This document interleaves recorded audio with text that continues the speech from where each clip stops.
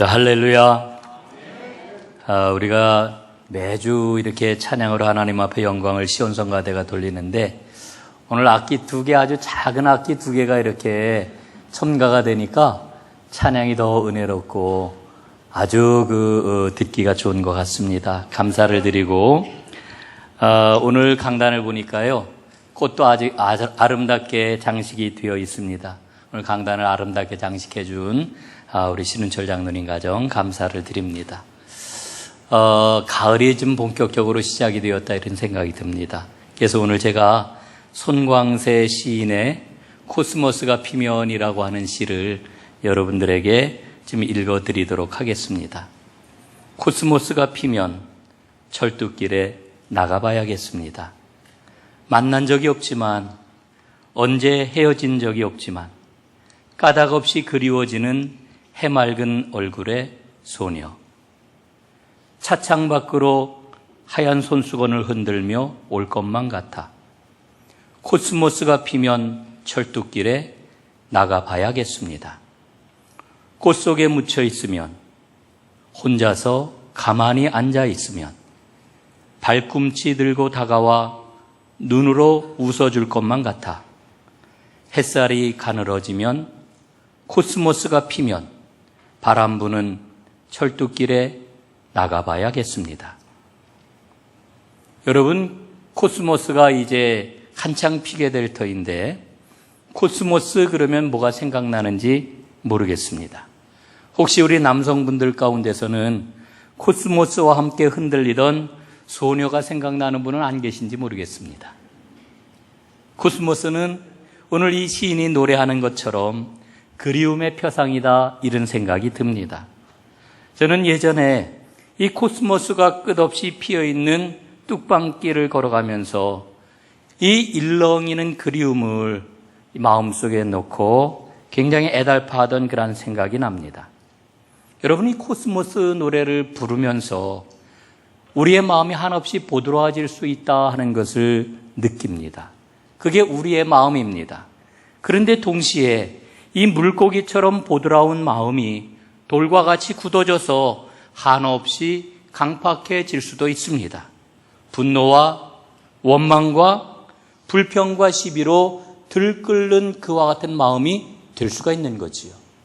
그렇기 때문에 우리의 마음을 잘 다스리는 것이 너무너무 중요합니다.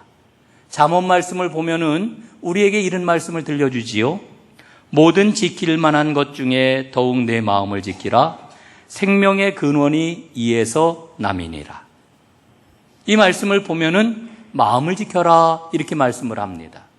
여러분, 사람의 마음을 지킨다라고 하는 게 이게 뭘까요? 여러분들은 여러분의 마음을 어떻게 지키십니까? 마음의 분노가 생길 때, 마음의 흔들림이 생길 때, 한없는 낙심과 절망이 생길 때 여러분들은 마음을 어떻게 지키시나요? 저는 하나님의 은혜를 깊이 체험하고 나서야 이 마음을 지킨다라고 하는 말의 의미를 깨달았습니다. 여러분, 마음을 지키는 것은 수동적인 삶을 사는 것을 뜻합니다. 믿음의 삶이 뭐냐? 한마디로 정의하면은 수동태의 삶이다, 이렇게 정의할 수가 있습니다. 수동태의 삶. 제가 2006년도에 우리 전농교회에 부임을 했습니다. 제가 부임을 하고 나서 얼마 안 있어가지고, 지금은 돌아가셨지만은 정의한 장로님이 제 손을 이끌고 저를 꼭 가야 된다 그러면서 가신 곳이 있습니다. 구라회라고 하는 것입니다. 구라회. 여러분, 구라회 아시죠? 구라회 그러면 옛날에는 구라치지 마, 이런 이야기를 했는데 그런 구라가 아니고요. 이 구할 구자에 나병 나자 구라회입니다.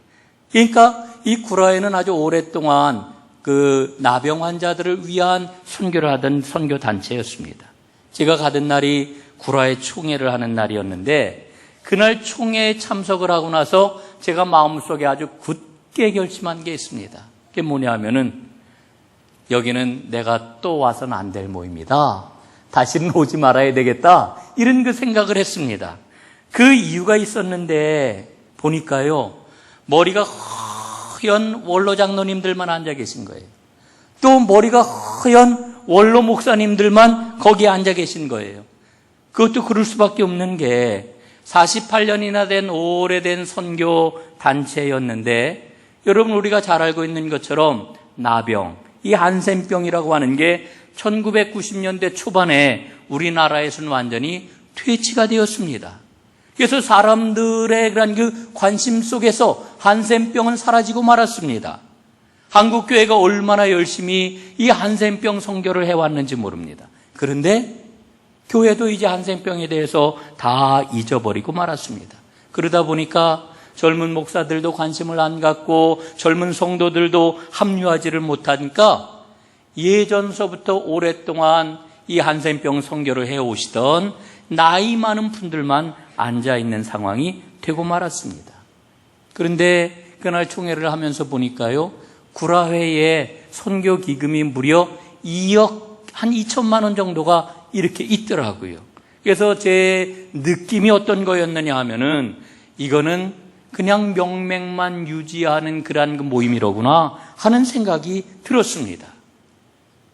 그런데 그날 처음으로 총회를 참석을 했는데 저한테 감사를 맡아달라는 거예요. 감사. 야, 이거 큰일 났다 이러고 있는데 제 마음을 알았는지 뭐라고 이야기를 하는 거 아니 1년에 딱 한 번 와가지고 한 2시간 감사만 하시면 됩니다. 그거는 할 수 있겠죠? 이렇게 이야기하는데 뺄 수가 없더라고요.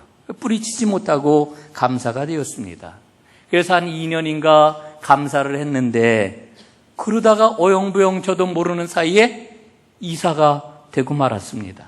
그래서 구라회에 저도 모르게 몇 년 동안을 1년에 한 번 혹은 1년에 2번 이렇게 참석을 하게 되었지요.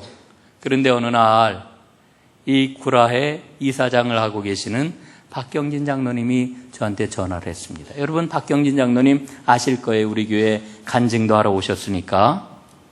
이렇게 전화를 받았더니 전화해서 이렇게 이야기를 하시는 겁니다. 목사님, 구라회 회장을 맡아주셔야 되겠습니다.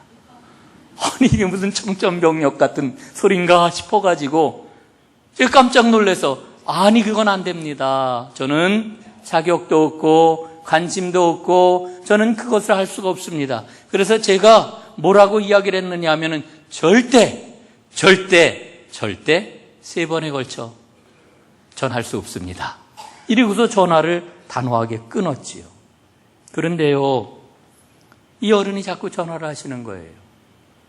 연세가 드신 분이 전화를 하니까요, 이거 전화를 안 받기도 그렇고 정말 아주 힘들더라고요. 그래서 이분을 한번 만났습니다. 만나가지고 제가 뭐라고 이야기를 했느냐 하면은 이렇게 얘기를 했어요. 저는 구라회가 해산이 되어야 된다고 생각합니다.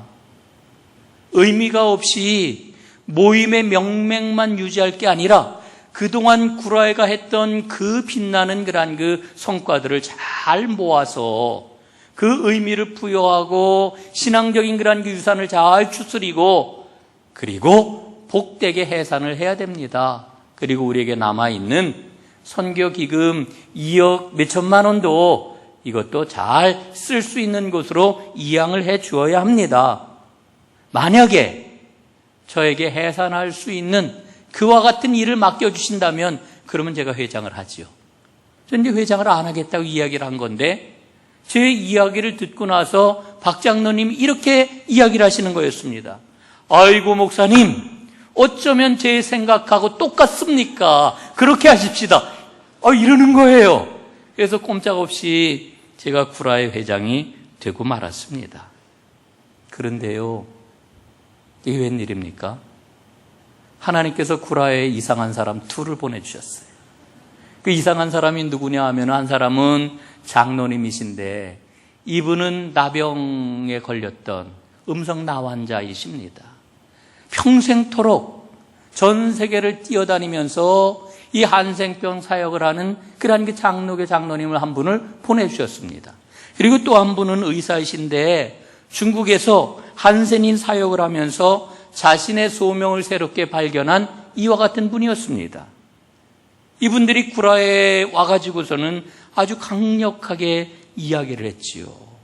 뭐라고 이야기를 했는가 하니 왜 한센 환자들을 국내에서만 찾느냐. 눈을 조금 돌려보셔라. 중국을 보고, 필리핀을 보고, 베트남을 보고, 인도를 보고, 인도네시아를 보면은 얼마나 많은 사람들이 한센병으로 지금 고통을 받고 있는지 아느냐? 지금 전 세계에 대략 한센병 환자들이 최소 2천만 명, 많게 잡아서는 2,700명 정도의 2,700만 명의 사람들이 고통을 받고 있는데 왜 한국 땅에만 한센병이 없다고 이 귀한 사역을 접으려고 하느냐? 그건 하나님 앞에 너무너무 불충한 일이다. 우리 강력하게 열정적으로 이야기를 하는 것이었습니다. 그 이야기를 통하여 보지 못하던 것을 보게 되었지요. 그리고 모든 그란과 한센인 그 사역을 하던 분들의 생각이 바뀌어졌지요. 그래서 한센인 선교를 새롭게 시작하기를 마음을 먹고 그래서 한국 구라회가 기독교 한센인 선교회로 개명을 하게 됩니다. 그리고 선교 비전을 중국과 베트남과 인도를 향하여서 이제 한센인 선교를 시작을 하게 되었습니다. 물론 저는 이제 회장 사표를 냈습니다마는 이 모든 과정을 돌아보면서 저는 하나님의 인도하심과 섭리를 발견합니다. 그리고 그 과정 속에 있었던 저의 모습을 가만히 생각을 해 보았습니다. 저는 능동적으로 한 게 아무것도 없어요. 오히려 저는 한센인 선교의 문을 닫으려고 그랬어요. 그런데 하나님께서는 하나님의 뜻을, 하나님의 방법을 통해서 이루시는 것을 보게 해 주셨어요. 여러분, 우리의 삶을 가만히 들여다보면은 우리의 삶은 정말 하나님의 인도하심 가운데 있다라고 하는 것을 발견하지 않습니까? 하나님의 인도하심이 뭘까요? 우리 인간의 입장에서 보면은 그것은 수동태의 삶을 사는 겁니다. 수동태의 삶을 사는 것. 수동태의 삶으로 그의 삶의 모습이 완전히 바뀐 사람을 우리는 진정한 믿음의 사람이다 이렇게 이야기를 하지요. 여러분 로마서 10장 10절 말씀에 하나님은 이렇게 우리에게 일러주십니다. 사람이 마음으로 믿어 의에 이르고 입으로 시인하여 구원에 이르느니라. 여러분 이 말씀은 믿음으로 구원을 얻는다라고 하는 아주 중요한 그런 성경 말씀 아닙니까? 우리는 모두 다 믿음으로 구원을 얻었습니다. 그런데 구원을 받은 사람, 믿음으로 구원을 받은 사람에게 반드시 맺어져야 하는 그런 삶의 열매가 우리 삶 가운데 있는가 보면은 여러분 삶의 열매가 없는 것을 우리는 발견하잖아요. 너무나 큰 격차가 있는 것을 보잖아요. 당연하게 열매가 있어야 되는데 이 당연한 일이 우리 삶 가운데선 잘 일어나지를 않아요. 그게 오늘 여러분의 모습이고 저의 모습이라고 생각을 합니다. 여러분, 우리는 믿음에 대해서 상당한 오해를 갖고 있습니다.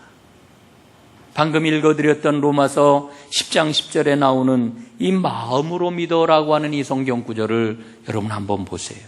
이 마음으로 믿는다라고 하는 말은 헬라 원문을 보게 될 것 같으면은 믿어져라고 하는 뜻이 있습니다. 다시 말씀을 드리면은 수동태로 쓰여져 있다라고 하는 그런 그 이야기입니다. 누군가 믿어지게 해주셨다라고 하는 의미가 그 안에 담겨 있는 것입니다. 그런데 많은 사람들이 이 말씀을 능동태의 말씀으로 받아들입니다. 내가 믿어서 구원을 받았다는 거예요. 내가 믿어서. 여러분, 믿는 것을 능동태로 받아들이면 믿음은 나에게서 나오는 게 되지요. 그러나 믿어져라고 하는 이 수동태로 받아들이게 되면은 믿음을 주신 분이 있다. 그래서 거기에 대한 응답을 하고 거기에 대한 반응을 하게 될 때에 믿게 된다라고 하는 그런 이야기가 되는 겁니다. 여러분 사도행전 말씀을 보면은 루디아가 회심하는 장면이 기록이 되어 있습니다. 사도행전 16장 14절에 보면은 루디아라 하는 한 여자가 말을 듣고 있을 때 주께서 그 마음을 열어 바울의 말을 따르게 하신지라, 이렇게 기록되어 있습니다. 여러분, 이 말씀을 잘 보세요. 주님께서 루디아의 마음을 열어 주셨다는 거지요. 그래서 믿음을 갖게 되었다는 거지요. 루디아는 그래서 세례를 받고 유럽의 첫 번째 그리스도인이 되었습니다. 여러분, 생각해 보면은요, 첫 번째 유럽의 그리스도인이 여성이었다라고 하는 것은 참 놀랍고 멋진 일이라고 저는 생각을 합니다. 여러분, 이 믿음이라고 하는 것은 나에게서 생기는 게 아니라 성령을 통하여 주님께서 우리에게 주시는 겁니다. 그래서 믿음은 은사예요, 은사. 예? 믿음은 은사입니다. 큰 은사입니다. 여러분, 그러므로 우리가 진정한 믿음의 사람이 된다는 것은 수동태의 사람이 된다는 것을 의미하는 거지요. 성경은 처음부터 끝까지 이것을 우리에게 일러주고 있습니다. 여러분, 실제로 아브라함의 모습을 한번 보세요. 창세기 12장 1절에 보면은 이렇게 기록되어 있지 않습니까? 너는 너의 고향과 친척과 아버지의 집을 떠나 내가 내게 보여줄 땅으로 가라, 말씀을 합니다. 여러분, 아브라함이 계획을 세우고 아브라함이 갈 곳을 정하고 아브라함이 모든 것들을 준비해 가지고 떠난 게 아니에요. 하나님이 아브라함을 부르신 거예요. 아브라함을 향해 하나님이 일하시려고 계획을 가지고 아브라함을 택하신 거예요. 여러분, 모세의 이야기도 마찬가지입니다. 출애굽기 3장 10절에 보니까 이제 내가 너를 바로에게 보내요. 너에게 내 백성 이스라엘 자손을 애굽에서 인도하여 내게 하리라. 하나님이 뜻을 세우셨어요. 그리고 모세를 택하셨어요. 모세를 부르셨어요. 모세를 보내셨어요. 모세로 하여금 하나님의 일을 하게 하셨단 말이지요. 여러분, 베드로의 경우에는 더욱 적나라합니다. 요한복음 21장에 보니까요, 이렇게 기록되어 있습니다. 내가 젊어서는 스스로 띠띠고 원하는 곳으로 다녔거니와 늙어서는 내 팔을 벌리리니 남이 내게 띠띠우고 원하지 아니하는 곳으로 데려가리라. 내가 원하는 곳, 내가 원하는 것, 그게 멋진 인생인지 알았는데 우리 예수님께서는 부활하셔서 베드로에게 주시는 말씀이 뭐냐 하면은 내가 후에는 내가 원하지 아니하는 곳으로 남이 내게 띠띠우고 너를 데려갈 것이다. 여러분, 이게 믿음의 삶이에요. 바울의 경우를 보면은요, 바울이 2차 전도 여행을 떠나려고 준비를 했지요. 그는 소아시아 지역에서 하나님의 복음을 전하려고 만반의 준비를 갖추었습니다. 그런데 하나님께서는 그 길을 막으시고 하나님의 길을 그에게 가라고 하십니다. 16장, 사도행전 16장 6절부터 10절까지 말씀에 이렇게 기록이 되어 있어요. 성령이 아시아에서 말씀을 전하지 못하게 하시거늘 무시아를 지나 드로아로 내려갔는데 밤에 환상이 바울에게 보이니 마게도냐 사람 하나가 서서 그에게 청하여 이르되 마게도냐로 건너와서 우리를 도우라 하거늘 바울이 그 환상을 보았을 때에 하나님이 저 사람들에게 복음을 전하라고 우리를 부르신 줄로 인정함이러라. 사랑하는 여러분, 우리는 진정한 믿음의 사람인가요? 우리는 진정한 수동태의 삶을 사는 사람인가요? 여러분, 우리가 믿음 생활을 그렇게 오래 했는데도 믿음의 진보가 왜 없을까요? 믿음 생활을 하면서 참다운 기쁨이 왜 없을까요? 믿음 생활을 하면서 하나님의 역사하심을 이야기하는 게 왜 서툴까요? 내가 아직도 수동태의 삶을 살지 못하기 때문은 아닌가요? 여러분, 오늘 본문을 보세요. 오늘 본문을 보면은 혀가 가지고 있는 힘이 얼마나 큰지를 우리에게 일러주십니다. 혀가 갖고 있는 그 부정적인 힘을 말해주고 있습니다. 그런데 이 말씀을 묵상을 해보면은 우리는 깨닫습니다. 우리의 삶이 수동체의 삶이냐 아니냐, 그것을 명확하게 보여주는 지표가 바로 우리의 말이라고 하는 것을 일러주고 있는 거지요. 그의 말을 보면은 그가 하나님의 사람인지 아닌지 알 수가 있는 겁니다. 오늘 8절 말씀에 보면은 혀는 능히 길들일 사람이 없나니 이렇게 말씀해요. 여러분 왜 그럴까요? 이 말의 문제라고 하는 거는요, 단순하게 우리의 혀를 조심하는 것 가지고 해결될 수 없기 때문에 그래요. 시편 기자는 그래서 이렇게 기도를 했지요. 여호와여, 내 입에 파수꾼을 세우시고 내 입술의 문을 지키소서. 하나님의 도우심이 있어야만 말의 문제는 해결이 될 수가 있는 거예요. 입술의 문제는, 이 말의 문제는 단순히 입술의 문제가 아니라 존재의 문제인 거예요. 그럼 오늘 성경 말씀을 보면은 우리에게 묻고 있잖아요.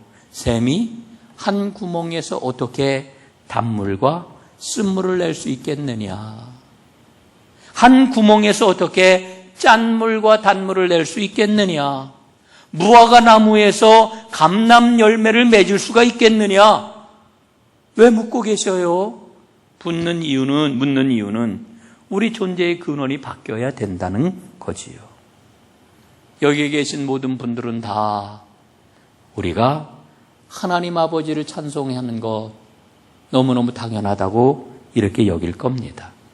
그런데 그 입을 가지고 나도 모르게 하나님의 형상대로 지음받은 사람을 비난하고 때로는 저주를 합니다. 한 입에서 찬송이 나오고 한 입에서 저주가 나오는 거지요. 여러분, 예수님은 우리에게 말씀을 해주셨어요. 마음에 쌓아놓은 것을 우리는 반드시 밖으로 드러내게 되어 있다 말씀해 주셔요. 누가복음 6장 45절에 보면은 선한 사람은 마음에 쌓은 선에서 선을 내고 악한 자는 그 쌓은 악에서 악을 내나니 이렇게 말씀합니다. 보십시오. 우리가 그릇된 말을 하고 악한 말을 하고 죽이는 말을 하고 비난하는 말을 하고 깎아내리는 말을 하는 것은 그가 그릇된 사람이요, 악한 사람이요, 죽이려는 사람이라고 하는 것을 보여주는 겁니다. 그런데 바른 말을 하고 선한 말을 하고 세워주는 말을 하고 격려하는 말을 하고 살리는 말을 하는 것은 그가 바른 사람이요, 선한 사람이요, 살리려는 사람이라고 하는 것을 보여주는 겁니다. 우리의 말이 우리가 어떤 사람이냐 하는 것을 알려주는 거지요. 오늘 저는 성경 본문을 읽으면서 이 제어가 되지 않는 혀에 대한 아주 절망적인 표현을 봅니다. 8절에 보니까요, 혀는 쉬지 아니하는 악이요 죽이는 독이 가득한 것이라 말씀을 해요. 여러분, 믿음으로 제어가 되지 않는 혀는 하나님을 대항하는 불의의 도구가 될 수 있다 하는 것을 일러주고 있습니다. 우리는 모두 다 구원을 받았어요.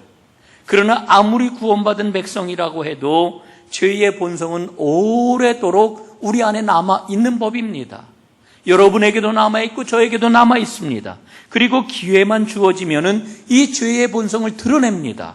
어떻게 드러낼까요? 바로 혀를 통해 가지고 악한 말로 드러내게 되는 거지요. 여러분, 그래서 오늘 말씀은 말에 실수가 없는 사람은 온전한 사람이다 이야기를 해요. 여러분, 온전한 사람이 될 수 있기를 주님의 이름으로 축원합니다. 어떻게 가능할까요? 길은 오직 하나입니다. 수동태의 삶을 살 때에만 가능합니다. 순종하는 삶을 살 때에만 가능합니다. 하나님의 인도함을 받는 삶을 살 때에만 가능합니다. 다른 길은 없어요. 우리가 아무리 내가 좋은 말 해야지, 내가 선한 말 해야지, 내가 격려하는 말 해야지, 내가 사랑의 말을 해야지 마음을 먹어도 제어가 되지 않아요. 그러나 수동태적인 삶을 살아가게 될 때, 순종하는 삶을 살아가게 될 때, 인도하심을 받는 삶을 살아가게 될 때 우리는 우리의 혀를 제어할 수 있는 겁니다. 우리는 모두 다 믿음의 사람이지요. 믿음을 갖고 있다고 고백을 하지요. 그럼에도 불구하고 내가 내 인생의 주인공이라고 생각을 해요. 여러분, 진정한 믿음의 사람은 내 인생의 주인공은 내가 아니라 하나님이시라고 하는 고백을 갖고 살아가는 사람이지요. 여러분, 이 말이 하나님의 은혜를 체험하지 못한 사람에게는 굉장히 이상한 말로 들릴 거예요. 아니, 내 인생의 주인이 내가 아니라고 하면은 나는 도대체 어디로 간 거냐? 믿음 생활하는 게 그런 거냐? 그럼 믿음 생활 못하겠네? 여러분이 이런 생각이 들지도 몰라요. 그러나 정말 믿음의 깊은 경지로 들어가기 위해서는 내가 내 인생의 주인공이 아니라 하나님이 인도하시는 대로 살아가는 삶이라고 하는 고백과 그 은혜를 체험하는 것이 우리에게 반드시 필요한 거지. 사랑하는 여러분, 내가 하고 싶은 일이 아니라 하나님이 기뻐하시는 일을 하며 하나님께 영광 돌리는 삶을 살아가는 여러분들 되시기를 간절히 바랍니다. 여러분, 꼭 기억하실 게 있습니다. 내가 하고 싶은 말이 있어요. 그런데 그 말의 뿌리를 꼭 더듬어 보세요. 그 말의 뿌리는 10중 8구는 죄의 본성에 다 있습니다. 내가 하고 싶은 말. 그래서 항상 내가, 나는 이라고 하는 이 단어가 주어가 되는 거지요. 그러나 주님이 인도하시는 수동태의 삶을 살면은 주님이, 하나님이, 그분이 라고 하는 말이 주어가 되는 겁니다. 우리는 하나님께서 인도하시는 대로 세상을 살리는 말의 사람이 되어야 합니다. 그 말을 보면은 그의 안에 누가 살고 있는지를 알 수가 있는 거지요. 말은 존재의 집이라고 그랬습니다. 사랑하는 여러분, 하나님의 사람들, 수동태 사람들이 다 되셔서 여러분의 말을 통하여 자신은 물론이고 가정과 온 세상을 살리는 하나님의 사람들이 다 될 수 있기를 간절히 축원합니다. 기도하겠습니다.